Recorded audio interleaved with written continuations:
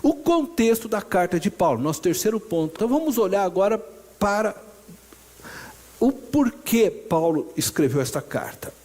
Paulo escreveu esta carta enquanto ele se encontrava preso, possivelmente no primeiro período de sua prisão em Roma. A maior parte dos estudiosos acreditam que ele estava preso em Roma e era o primeiro período de sua prisão.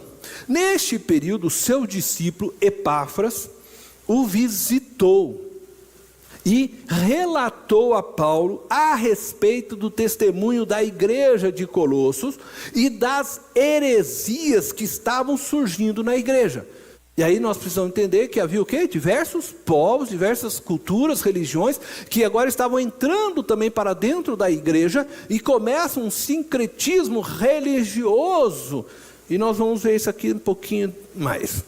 O apóstolo então decidiu escrever à igreja com a intenção de alertar os irmãos com relação aos ensinos heréticos que ameaçavam a fé dos mesmos.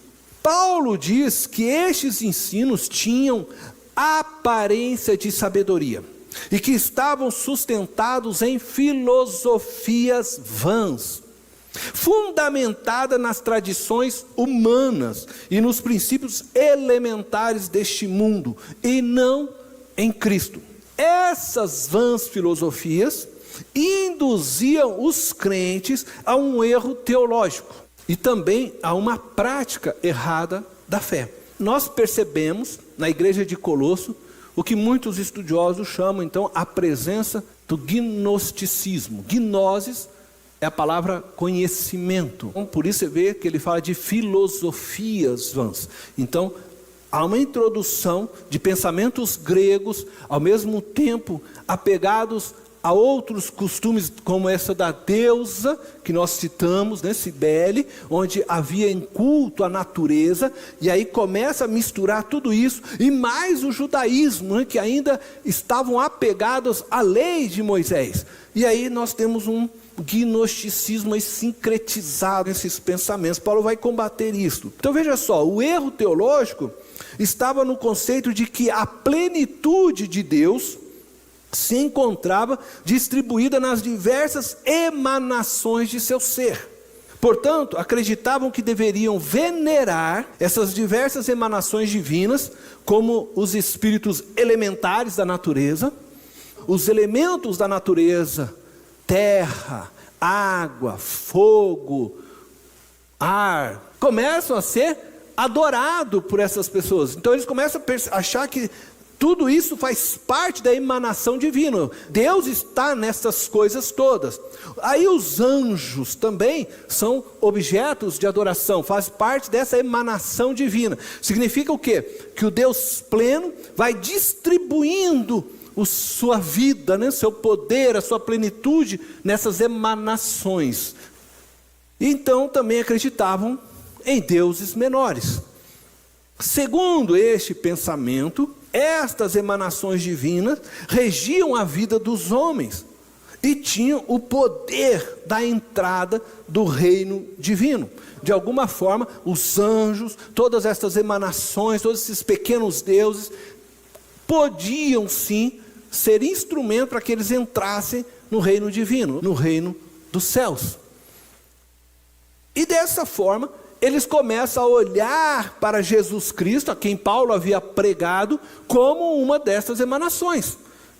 É mais uma desta parte divina, né, que foi revelada aos homens. Então mais um pequeno Deus, a qual eles incluem agora dentro dessa, né, vamos dizer assim, inúmeros deuses que eles já possuíam. Este então é um grande erro teológico que estava ali vivendo. Jesus Cristo, Paulo vai mostrar depois, não era apenas uma emanação. Este erro teológico diminuía Cristo e retirava dele a exclusividade como o único caminho da salvação.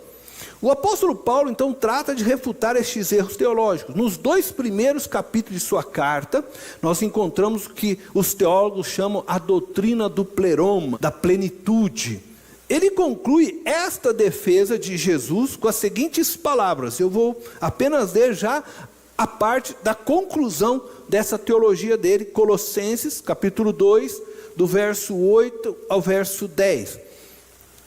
Diz assim: tenham cuidado, para que ninguém os escravize a filosofias vãs e enganosas, que se fundamentam nas tradições humanas e nos princípios elementares deste mundo, e não em Cristo.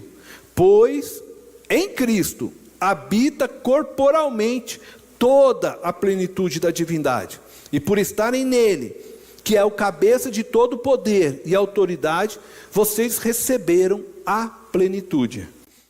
Paulo depois afirma que toda a dívida que pesava contra nós foi cancelada na cruz, que Deus em Cristo perdoou todos os nossos pecados. Ele aponta que Jesus é o único Salvador.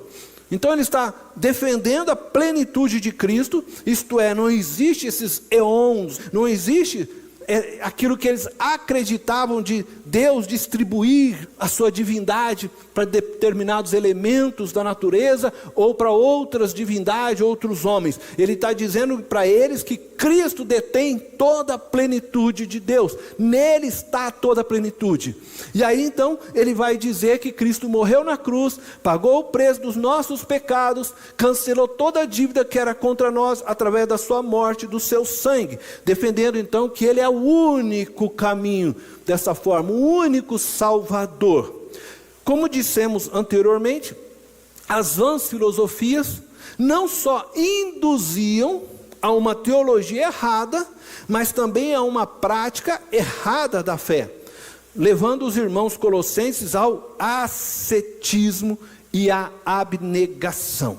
O ascetismo é a prática de ritos disciplinares, como abstenção de alimentos, flagelos, guarda de dias e outros tipos de mortificações da carne.